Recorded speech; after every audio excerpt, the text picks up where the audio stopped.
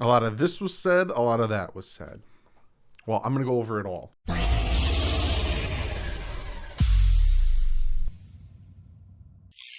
What is up, Fin fans? Didn't expect to make a video today, but so Armando Salguero came out with an article today, and I just thought to myself, you know what, Doug? Take everything you're hearing, all the articles, all the little tidbits from the players, from ex-coordinators, all that stuff, and talk about it. So essentially, I'm going to give you everything I have. Everything I have. Little quotes, articles, everything I have. And then you guys can come to your own decision, and I will come to my decision after I talk about everything. So we have a Barry Jackson article I'm going to talk about. We have Armando Salguero's article I'm going to talk about. And I have 3 quotes and the ESPN quote as well. So I'm going to lay everything I have out on the table, and then I'm going to give you my thoughts. But you can tell by the title, this organization is dysfunctional. It starts at the head and the owner. So again, let me talk about everything, and then we will get to what I think of all this, right? So we're going to start with the Barry Jackson article. There's a lot of things that I wrote down that were in that article. I got about 2 pages of stuff here, right? So the first thing that I noticed, and I wrote this down, Flores essentially ran Dolphins building, wanted more control, eliminating the annoyance of GM Chris Grier. He wanted say over everything. Everyone reported to Brian Flores. Now, I've been talking about this, that when they hired him at his press conference, he had complete control of the 53-man roster. So releasing Kyle Van Noy, releasing Bobby McCain, trading Eric Flowers, those were all Brian Flores' decision. Stupid decision on 2 of them, especially not trying to bring in Ted Karras or Andrews, but that was all on Brian Flores. He had control, and he wanted more control. Full authority on coaching staff, and he was going to make another change again for the third consecutive year. Chad O'Shea, Chan Gailey, for the 3rd consecutive year. He was going to make another change in the coaching staff. And to me, that was one of my biggest knocks on him, was that he couldn't figure out that side of the ball. Why do you keep changing coordinators? Can't say he was a quarterback because he got rid of Chad O'Shea and brought in Chan Gailey before Tua Tagovailoa was even on the team, was even drafted, was even a thought at that point. So he has a hard time with that side of the ball. I think Patrick Graham would have still been here if he didn't transfer over to the Giants and kind of got a little bit of an upgrade to being the assistant head coach. But there's that, right? Grier gave Flores everything he wanted. Every player Flores wanted, signed off on. Again, this is everything I'm saying to you is coming straight from the article, straight from a source within the Dolphins organization that Barry Jackson was talking to.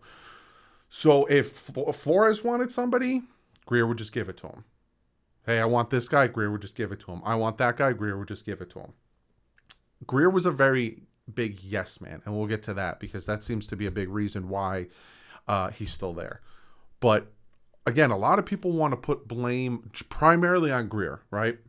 Noah Benogany, Austin Jackson, Hunter Long. For me, it's Hunter Long because I think they should have took minors there. But some of these dumb moves, even in the Gase era, I want to put blame on him.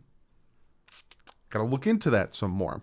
One Dolphin personnel said, people need to stop blaming Grier entirely for personnel moves. That didn't work out. Past 3 years. Blame both equally. So again, Flores wanted somebody that, he would sign off on it. Sure. Who do you want? Oh, you want this guy? All right, I'll make that move. You want Orlando Roberts? Sure, I'll bring him in. Who do you want as the backup quarterback? Because you don't want Fitz anymore. Oh, you want Jacoby Brissett? All right, I'll bring you Jacoby Brissett. Jacoby's that's garbage. It's garbage. So again, if we're gonna blame Grier for the draft for the past 6 years, you need to blame Gase, Tannenbaum, and Flores equally. Now, I'm not defending Grier, but this is what the article and the one Dolphin personnel is saying. Flores demanded his way weren't his domain, right? So he would demand things to happen that weren't in his domain. Had nothing to do with the offensive coordinators, had nothing to do with the player personnel. He wanted Matt Taylor, who is the football media relations, fired. He wanted him fired. That's a Garfield. That has nothing to do with Brian Flores. But he got his way, like he normally did. and Matt Taylor got fired. Why? I don't know. Again, I'm just telling you what's in this article. Plenty of players liked him, and that is a fact. Plenty of players liked him. Plenty of players were surprised he got cut. Hell, I was surprised he got fired. I did not expect him to get fired. Was I surprised the reasons why he got fired? Not necessarily. You know, a lot of people want to look at the going 8-1 on the second half of the season, but starting 1-7, making the moves you did in the offseason, how bad the offensive line was, how bad the run game was. You went 10-6, did really well. All of a sudden, you went 1-7. There's someone needs to pay for that. I understand you went 8-1, and we'll get to that, but someone needs to pay for that. So plenty of players liked him. Close associate to multiple young players, he didn't understand dealing with men. He's not approachable. As a head coach, you want to be approachable. Now, yes, you don't want to be walked all over, and you don't want to have these guys, running, their own locker room, but you want to be approachable to talk about stuff like, hey, possibility of doing this differently, and I'm more comfortable in this situation, yada, yada. So one player didn't come. He said to one player, again, I'm an idiot, wrote this fast, said to one player, don't come to my office talking about playtime. That player said, I wasn't going to go to his office talking about playtime. So you don't talk to Brian Flores about getting playtime, which drove me nuts, because how many times did we see Mike Gesicki get pulled from the field, Jalen Phillips get pulled from the field, or him dropping back into coverage, Mac Hollins never seeing the field. Gesicki is probably one of those players that just didn't like Brian Flores, and we saw it on the sideline when he kept saying shit to him, when he kept giving him the ball, when he kept doing those things. He joked with some players, so he did have his favorites where he joked with them, and then he was stern with others. So he had his favorites, and then he had the players he didn't like. Players surprised by livid reaction to media stories. Players were threatened if they revealed their injury status. So he did not like the media at all. We all saw when the story came out that Xavier Howard could be traded, not this past offseason, the year before that, and he was like, you guys, blah, blah, blah, blah. Did not like the media.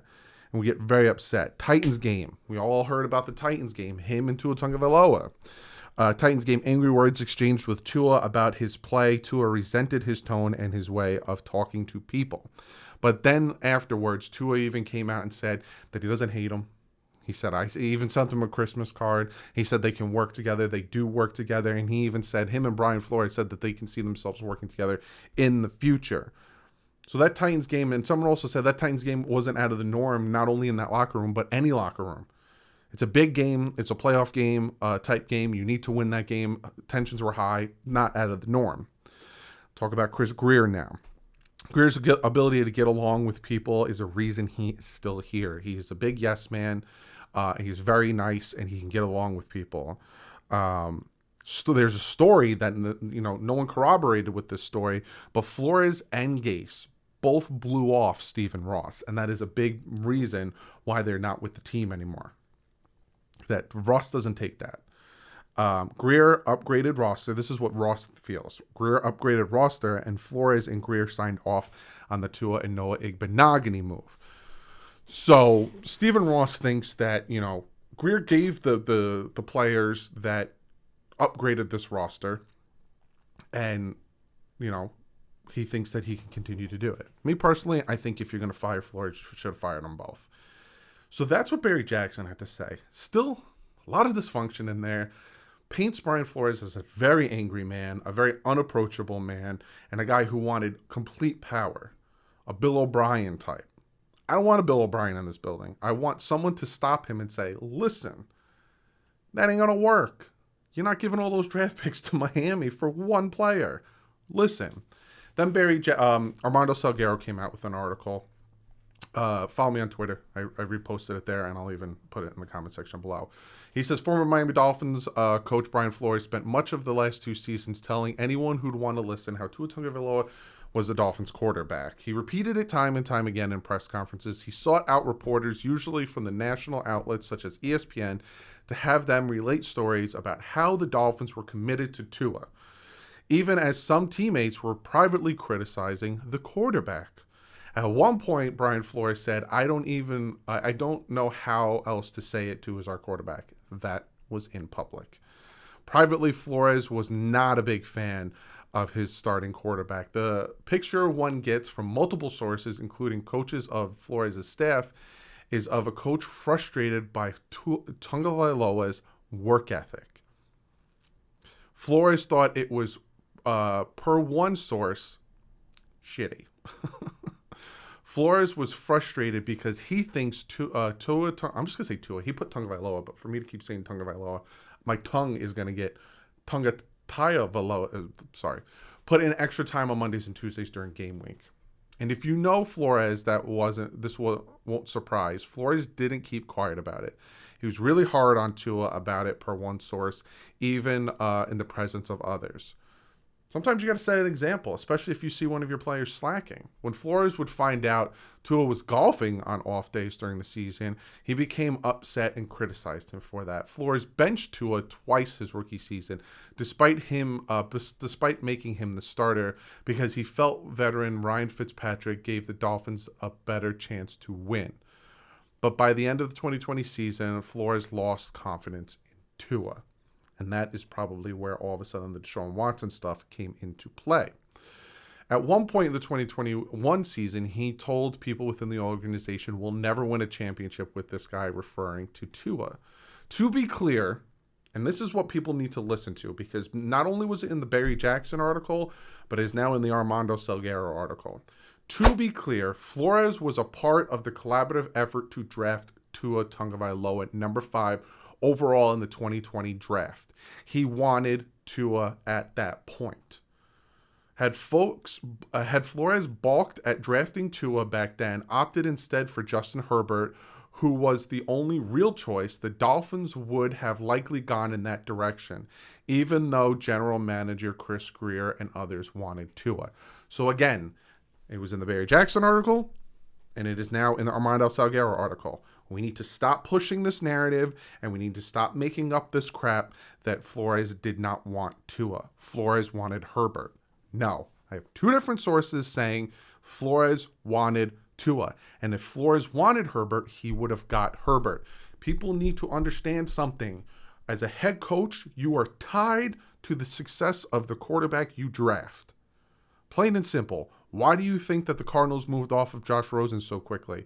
Because Kingsley was attached to the quarterback he drafted and felt that Kyler Murray would get him more success and have him keep his job. So if Brian Flores did not want Tua, he would not sign off on it. And if you think Brian Flores is just going to sit back and go, okay, whatever you say, boss, that ain't him. So Brian Flores and Chris Grier wanted Tua at that time. Fast forward to now, I'm pretty sure the both of them would take Justin Herbert in a heartbeat. So we need to stop pushing that narrative that Brian Flores did not want Tua. It is wrong. Dead wrong. Flores did not ask for that before the 2020 draft, essentially going for Herbert. But unlike Grier, who remains convinced Tua can be a good NFL quarterback, Flores jumped off the bandwagon when he saw Tua's work during the week and play on game days. The coach saw the presentation and preparation and results and sourced on the player. Flores was the lead proponent of the Dolphins making a push to trade for Deshaun Watson per multiple source. And here's the ongoing problem this leaves the Dolphins. Because Grier is a believer in Tua, he has a vast interest in seeing the quarterback succeed. And so the Dolphins are looking for a new head coach who will at least be open to the idea of sticking with Tua and furthering his develop. The new coach will be given the authority to make up his own mind on the quarterback. But the Dolphins don't want the coming evaluation for the new coach staff to be biased against Tua before it begins. So what I'm getting from this article, right? The first article was a lot of the negative of Brian Flores. What I'm getting from this article is it's more about Flores and Tua. Tua had a crap work ethic and didn't take these things seriously. Sometimes you could see it in his play. Brian Flores, again, wanted Tua, but as he saw his preparation, as he saw his play on the field, he decided, I'm going to move off of him and get Deshaun. Now, Grier, it's understandable why Grier wants to keep Tua because he looks like a butt for drafting him at 5th overall and if he falls on his face. But they're not against going after Deshaun Watson. Like he said, they want the head coach to come in and have an open mind. But if the head coach is like, look, I can do this, I could do that, we can win, and I love the talent on your roster, but you need to change at quarterback because Tua has his limitations, and it's going to hold you back. They'll be listen to the head coach, because not only was Brian Flores in the move for Deshaun Watson, Chris Greer was okay with Deshaun Watson, and even Stephen Ross was okay with Deshaun Watson. There was multiple reports of him talking about it. So to say that the Dolphins are out of the Deshaun Watson, whatever you want to call it, no.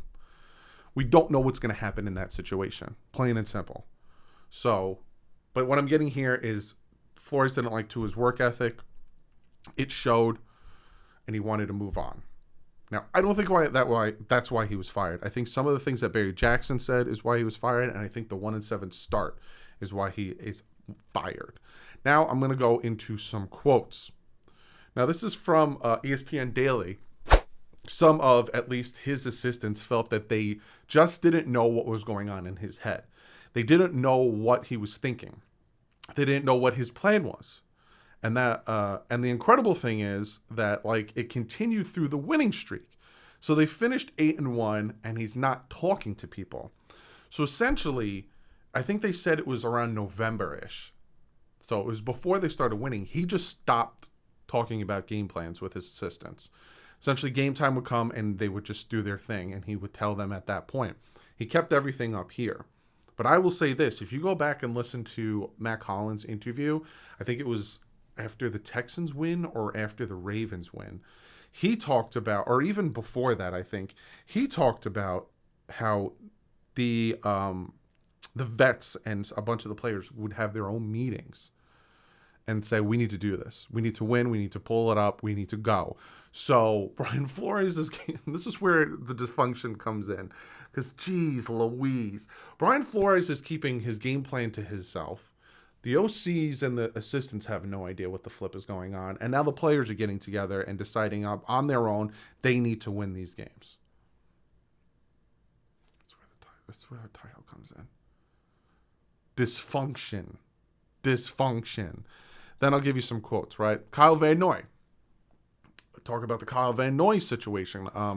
Van Noy said no comment to a question about playing for Flores as an assistant rather than a head coach during an appearance on the Pat McAfee show. Van Noy reiterated his surprise about the release and shared his reason for declining comment about his former coach. Honestly, I'm just shocked as you are about it. I truly don't know, and the no comment thing it's funny. I'm damned either way. I'm damned if I give him praise, yada, yada. Then we have the Fitzpatrick quotes where he says, we had a difference of opinion in my skill set and what he thought I could do and what I thought I could do. It was going to get tough for me to show something to somebody that was choosing not to see me. They didn't give me the opportunity to show it, even though I had film that showed it. The losing and all that stuff, if it was put in the right position and we're losing because of decisions people were made upstairs, it is what it is. I can only control, this is the second part I got to do, what affects me at all. It was just the fact that I was being used the wrong way and we had a difference of opinion between myself and the head coach. The final quote is about Chan Gailey here. And this quote says, Gailey is gone, according to one source, partly because he didn't love the idea of going through another season that might resemble 2020, in which pandemic protocols drained significant enjoyment out of coaching. He's also gone partly because Flores might not be the easiest guy to work with. So I gave you everything. This is everything. From Barry Jackson to ESPN, to Armando Salguero, to quotes from ex-players and ex-OCs. How did we get here? 10-6, on a high note, going into the offseason. Now we're here, starting 1-7, ending 8-1. Now we're here. Dysfunction. This organization is dysfunctional. You have Chris Greer, who's gone through 2 different head coaches and is sticking around because he's a yes man and a brown noser, from what I'm getting. Brian Flores is gone because he's difficult to work with.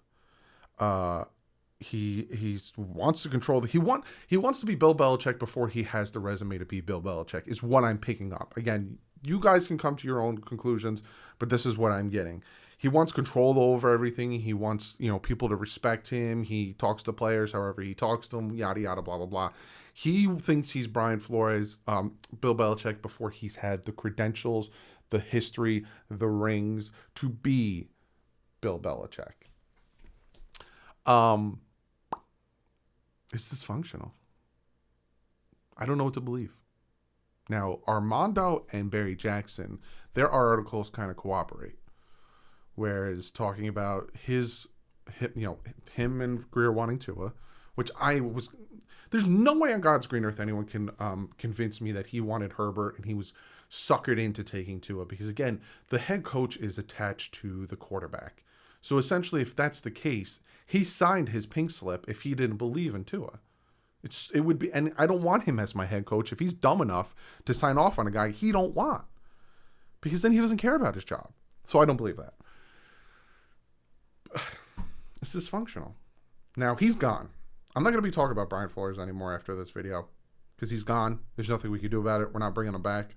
I'm pretty sure he does not like Stephen Ross or Chris Greer anymore. So wherever team he goes to, there's going to be no trades or anything. He's not going to talk about us, and I'm pretty sure the Dolphins aren't going to talk about him. But all in all, I think they both should have been fired. And I think Tua should go to another organization. That's my God's honest opinion. I don't think Chris Greer should stay, even though he made some moves that I liked.